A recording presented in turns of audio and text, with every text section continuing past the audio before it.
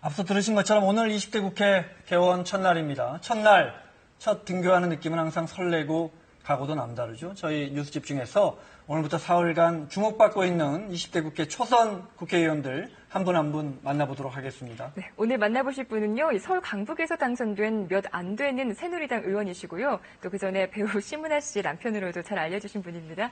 새누리당 진하국 의원 모셨습니다. 어서 오세요. 네, 안녕하세요. 이렇게 소개받는 거 조금 불편하시죠? 어떠세요? 아니, 뭐 사실이니까요. 네. 제 아내이기도 하고 네. 또 그 친구의 남편이기도 하기 때문에 네. 예, 없는 일이 아니니까 네. 예, 괜찮습니다. 네, 의정활동 앞으로 잘 하셔서 앞으로 배우 심은하 씨가 지상욱 의원의 부인이다 이런 말 들을 수 있도록 제가 기대하겠습니다. 네. 자, 서울 중성동구 을 지역구에서 당선되셨습니다. 네. 전 청와대 대변인하던 김행 대변인을 이기고 이제 본선에 올라가셨어요. 예. 경선이 더 힘들으셨어요? 아니면 본선이 더 힘드셨어요? 경선이든 본선이든 쉬운 건 없었습니다. 둘 다 최선을 다해서 뛰었고요. 근데 이제 지나서 보니까 경선이라는 게 너무 자당 후보끼리 과열되다 보니까 네. 그게 이제 본선 경쟁력에 저해가 되는 그런 이제 일도 생기더라 하는 아쉬움이 있었고요. 네. 본선은 3대에 걸쳐서 14번 한 그 정대철 고문님 가문의 네. 자제분이죠. 정호준 의원을 꺾었다는 것이 네. 지역에서는 큰 의미가 있었다. 그렇게들 보시는 것 같습니다. 네. 20대 총선 때의 모습 잠시 보면서 아마 유세 장면인 것 같습니다. 계속 말씀 나누도록 네. 하겠습니다. 동대문 시장인가요? 상인들과 만나서 이렇게 악수를 나누는 모습이 보이네요. 또 어떤 행보를 이어가셨습니까? 김문호 전 친근하게 대표 하셨고요. 네. 한 분 한 분 이야기도 듣고 또 명함도 직접 나눠주시면서 또 지역 주민들의 이야기에도 귀를 기울였다는 이야기를 들었습니다.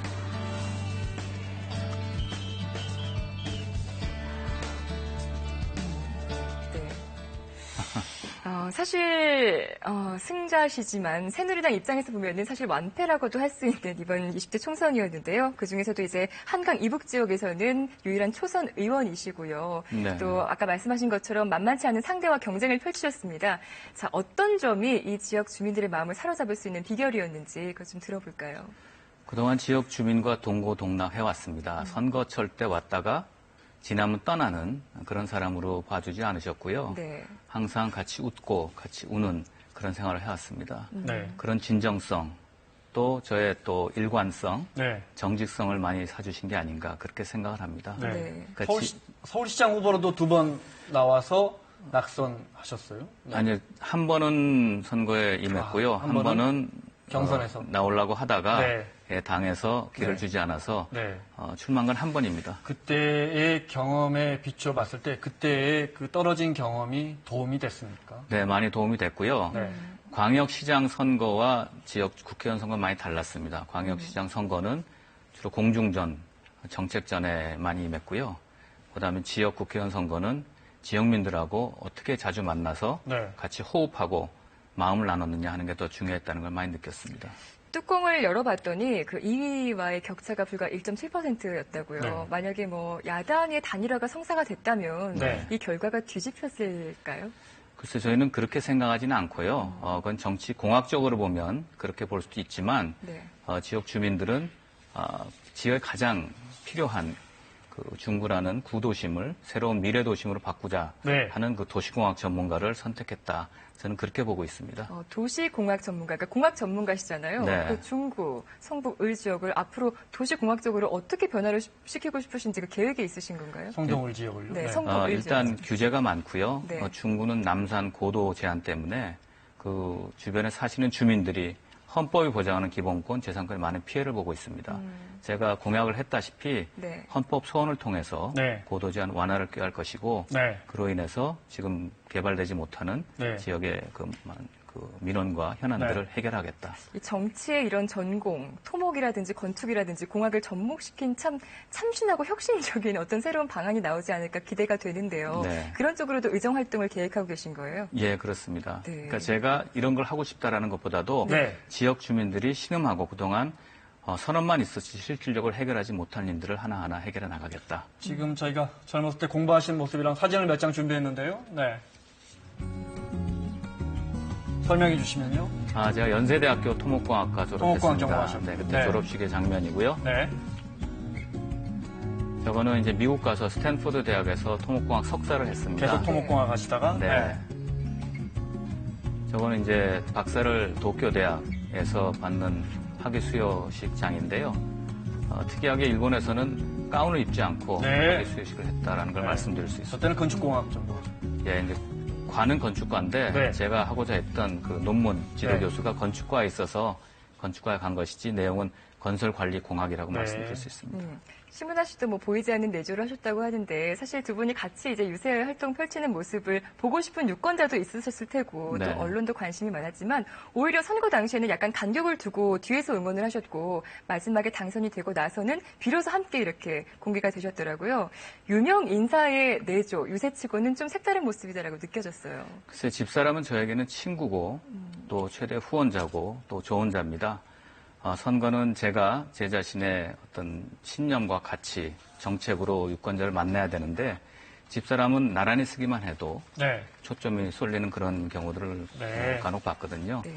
그래서 한 발 뒤에 서 있는 그런 그 모습을 본인도 취하길 원했고 저도 그걸 바랬습니다. 네. 잘 돼서 승리했으니까 참 기쁘다 이렇게 말씀드릴 말씀을 수 있습니다. 참 차분하게 잘하십니다. 지금부터 좀 어려운 질문 몇 가지만 드리겠습니다. 네. 의원 세비를 금융기관에 신탁하겠다고 약속하셨어요? 설명을 좀 해주시면요.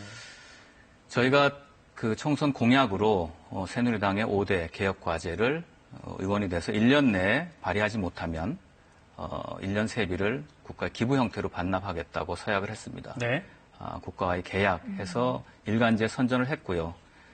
국민하고 이제 말로 약속한 게 아니라 서약을 네. 한 거 아니겠습니까? 네. 그 약속을 선거가 됐으니까 지켜야죠. 네. 예, 그런 의미에서 했는데 신탁을 하는 이유는 저도 사람이다 보면 이제 세비가 나오면 경비를 쓰다 보면 나중에 네. 1년 후에 안 됐을 때 그거를 다시 이제 환원을 해야 되는데 그거보다는 처음부터 없다고 생각을 하고 긴축 재정을 하면서 의원 활동을 하자.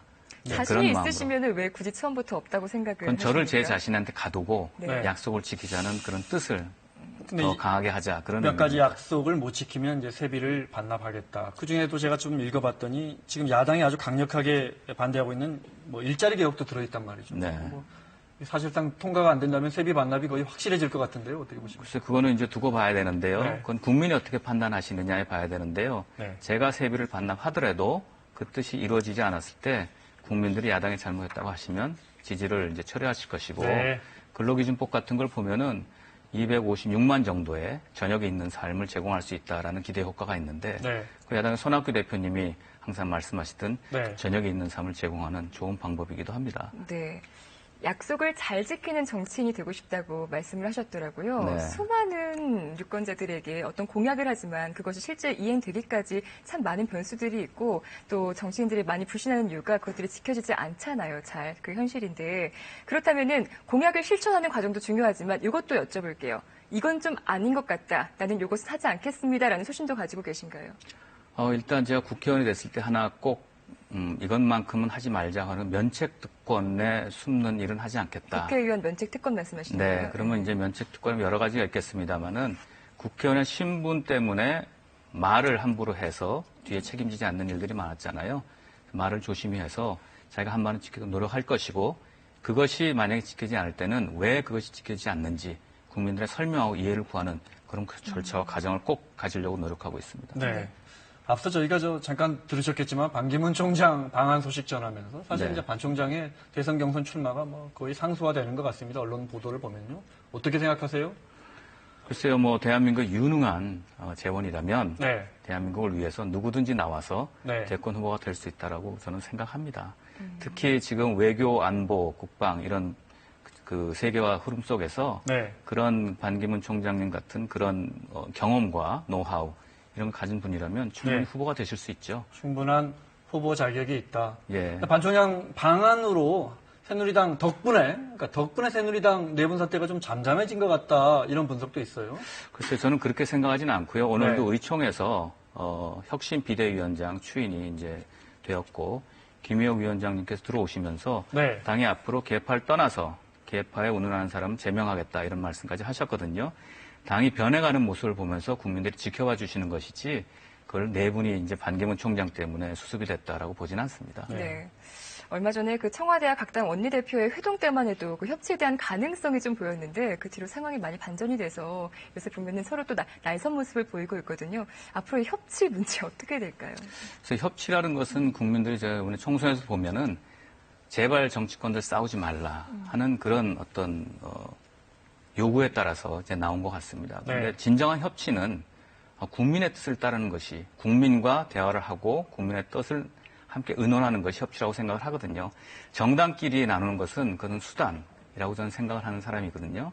그러니까 정당과 이렇게 저렇게 하든 간에 네. 가장 중요한 건 직접적으로라도 국민의 뜻을 따라주면 새누리당은 국민의 지지를 다시 받을 것이고 더 발전할 수 있다 이렇게 생각을 합니다. 이제 제가 여쭤보는 건 국민들이 그동안 왜 협치가 안 됐다고 지적하셨을까요? 이제 당리 당략 때문에 네. 또 정파 때문에 그런 면들도 분명히 있었을 것입니다.